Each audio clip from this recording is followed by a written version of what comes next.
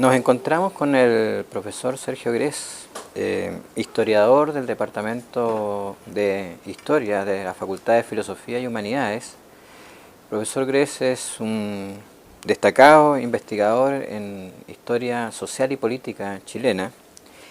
Y bueno, con él queremos conversar sobre la historia de las constituciones en Chile. Sergio, un gusto poder conversar contigo y vamos directamente al grano. A ver, se dice que los ganadores escriben la historia, pero parece que también escriben las constituciones políticas. Por lo menos esa ha sido nuestra historia en Chile. Generalmente ha sido así, pero desde un tiempo a esta parte, no solamente en Chile, sino que en el mundo, los vencedores, los contestatarios a la dominación, también han empezado a escribir la historia. A escribirla en el doble sentido de la acepción, es decir, a hacerla de manera protagónica, pero también a escribirla. De manera que eso deja alguna esperanza de que alguna vez, ojalá en un futuro cercano, los vencedores, los dominados, los oprimidos, también tengan la posibilidad de escribir su constitución. Me parece que el denominador común de todas nuestras experiencias constituyentes y constitucionales, desde los reglamentos constitucionales de la Patria Vieja, por ahí por 1811, 1812, hasta el actual proceso constituyente, se han caracterizado porque las élites nunca han dejado que la soberanía popular sea efectiva. Con distintos argumentos, distintos pretextos y con distintos medios también, esta soberanía ha sido expropiada por las élites políticas y económicas, y el pueblo, que se supone que es el titular de la soberanía, no ha sido sino una figura retórica, una especie de telón de fondo más o menos pasivo, por decisión de las élites dirigentes, en la generación de los textos constitucionales y también, en muchos casos, de las principales reformas que se han hecho a estas constituciones. Yo diría que ese es el elemento más permanente en nuestra historia. Es decir, nuestra historia constitucional no tiene nada o muy poco de democrático, por lo menos en la génesis de las constituciones. Ahora, se dice que, bueno, nosotros hemos tenido tres grandes constituciones, la de 1833, la de 1925. ¿Establecerías algunas diferencias entre estas tres grandes constituciones chilenas? Hay que ver tanto las similitudes como las diferencias. En el plano de las similitudes, si nos situamos en la génesis de estas constituciones, como te decía, hay elementos comunes. Esto es la expropiación de la soberanía popular por parte de las élites dirigentes. La de 1833 fue el resultado directo del desenlace de la Guerra Civil de 1830, guerra cuyos vencedores fueron los partidarios del bando conservador, batalla del Lircay, y que dio como resultado una constitución ultra elitaria, oligárquica, con escasísimas libertades consagradas por el texto constitucional y un régimen de fuerte presidencialismo. Fue un traje a la medida de los vencedores de la Guerra Civil. Y este traje a la medida correspondía a los intereses socioeconómicos que dominaban en el bloque vencedor. Esto es, los intereses de la aristocracia terrateniente y de los grandes comerciantes dedicados a la exportación e importación de productos primarios, que tenían su asiento principalmente en el centro del país, Santiago y Valparaíso. La Constitución de 1925 tuvo un sello parcialmente distinto, pero esta Constitución tampoco tuvo una génesis democrática, fue una imposición mezcla de fuerza militar y maniobras palaciegas y politiqueras del presidente de la República de la época, que generó una comisión constituyente de la cual funcionó una sola, que dirigió él mismo, en la cual él mangoneó a su gusto, una comisión nombrada en base a su exclusivo criterio y el de sus asesores, pero además se trató de una constitución profundamente presidencialista, que tenía algunos rasgos marcadamente autoritarios, que han sido señalados por nuestra historiografía crítica, por lo menos. Hay que reconocer que con el correr del tiempo esa constitución se fue flexibilizando, es decir, hubo reformas, por ejemplo, al derecho de propiedad, que permitieron que gobernantes de avanzado sello reformista como Frei Montalva en los 60 y Salvador Allende a comienzos de la década de 1970 pudieran implementar un plan de cambios sociales. Pero esas reformas, al igual que todas las conquistas sociales, fueron el fruto de luchas muy duras, muy costosas en términos de vidas humanas, desarrolladas por el movimiento popular durante muchas décadas. Y la última constitución, que es la que nos rige hasta nuestros días, bueno, sabemos cuál es su génesis, en dictadura, con carencia absoluta de libertades y garantías democráticas. Cada una de estas constituciones corresponde a un cierto modelo de sociedad y modelo económico. La de 1833 era la constitución que necesitaban los sectores hegemónicos, luego del triunfo del IRCAI, que dirigían la sociedad chilena. Es decir, era una constitución hecha a su medida. Esta constitución era tan sectaria, podríamos decir, que no solamente marginaba de la vida política a la inmensa mayoría de los ciudadanos potenciales, las mujeres evidentemente porque no tenían derecho a voto, pero también a los hombres de los sectores populares, exactamente, por el sufragio censitario y el requisito de alfabetismo, lo cual excluía a la inmensa mayoría del país.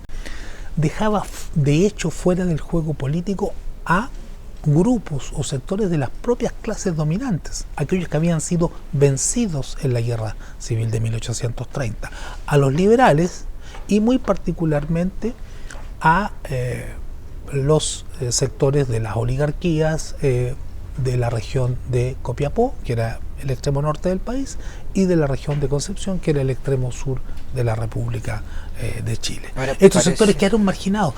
Las facultades que tenía el presidente de la República, de todo tipo, para intervenir en la vida política y en las elecciones, hacían de él el gran elector. Pareciera ser que un denominador común que recorre nuestras tres grandes constituciones es, por un lado, el presidencialismo, pero también este centralismo, esta cierta opresión de las regiones. ¿Cuál podría ser una cierta explicación de estos dos grandes rasgos que...? Son varios factores.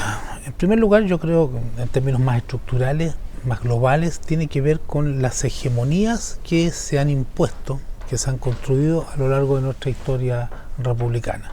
Y estas hegemonías han sido casi siempre la de ciertos sectores sociales cuya riqueza está basada en modelos económicos primarios portadores. Eso en primer lugar. Y que generalmente corresponden a sectores sociales que están geográficamente instalados en la zona central de Chile, en el eje Santiago-Valparaíso y la región agrícola aledaña. Y por otro lado, un factor más bien de tipo político o cultural, más allá de los condicionamientos económicos directos, que tiene que ver con un miedo de las élites a la democracia, con un miedo al pueblo, con un miedo a la ciudadanía, con esta inveterada tendencia a apropiarse de ciertos conceptos de cierta retórica, de un cierto discurso, por ejemplo, la idea de democracia, de libertades, pero no hacerlo realidad. Es decir, quedarse con estos conceptos como simples pantallas ideológicas para cubrir su dominación, para adornarla, para presentarla de mejor manera ante los gobernados, pero no hacerla efectiva. En el siglo XIX, claramente, en Chile, el liberalismo no fue igual a democracia. Nunca lo ha sido, por lo demás, en ninguna parte del mundo. El liberalismo no es la democracia, es el gobierno de las élites. Ya no gobierna el monarca absoluto, como en el antiguo régimen, pero no gobierna el pueblo, gobiernan las élites. Las élites económicas e intelectuales. Y dime, con esta mirada histórica, ¿cómo ves tú el proceso actual? La historia nunca es un calco del pasado. Si bien hay condicionantes históricas, y en este caso estas condicionantes son más bien negativas, por esta inveterada tendencia de las élites a arrogarse para sí exclusivamente la soberanía. Ello no quiere decir que se va a repetir mecánicamente. Todo depende de la correlación de fuerza y de circunstancias que es prácticamente imposible de predecir. Hay que hacer una distinción entre lo que es el proceso constituyente oficial, aquel que anunció la presidenta Bachelet el 13 de octubre de 2015, y el proceso constituyente en términos más amplios. Porque desde mi perspectiva creo que Chile vivía ya un proceso constituyente a lo menos larvado, antes de que Bachelet anunciara este proceso constituyente oficial, e incluso podríamos decir antes que la nueva mayoría, cuando levantó la candidatura de Bachelet a la presidencia de la República, recogiera esta demanda y la inscribiera en su programa. Esto es una nueva constitución para Chile durante el gobierno Bachelet II. Bien sabemos que esa promesa no va a ser cumplida, lo anunció la propia presidenta de la República, y trazó un itinerario que se supone debería continuar el próximo gobierno, en el cual el centro de las decisiones fundamentales está puesto en el Parlamento. Aquí hay un proceso constituyente ciudadano y popular más bien subterráneo que se viene desarrollando desde hace varios años, a lo menos desde el año 2011. Y ese proceso es un proceso que está en curso, como te decía, antes que la nueva mayoría lo tomara como reivindicación e inscribieran en su programa la nueva constitución. Yo creo que ese proceso va a continuar, independientemente del resultado que tenga el proceso constituyente oficial. Evidentemente los avatares de la lucha política van a redundar positiva o negativamente en este otro proceso constituyente. Por lo tanto, lo que se trata desde nuestra perspectiva no es de generar un proceso constituyente alternativo, sino que de reforzarlo. Es decir, contribuir a la educación de la ciudadanía, que efectivamente no está preparada, porque las élites políticas han hecho, desgraciadamente, de la mayor parte de nuestros ciudadanos analfabetos políticos, de manera tal que lo que nosotros queremos es, con muy pocos medios y muy modestamente, contribuir a la formación por lo menos de monitores, de ciudadanos y ciudadanas que estén más formados y que puedan difundir esta reivindicación entre los más variados sectores sociales. Esta es una tarea de muy largo plazo. Yo siempre he dicho a la gente que nos hace las consultas en la escuela o en foros, la Asamblea Constituyente no está a la vuelta de la esquina.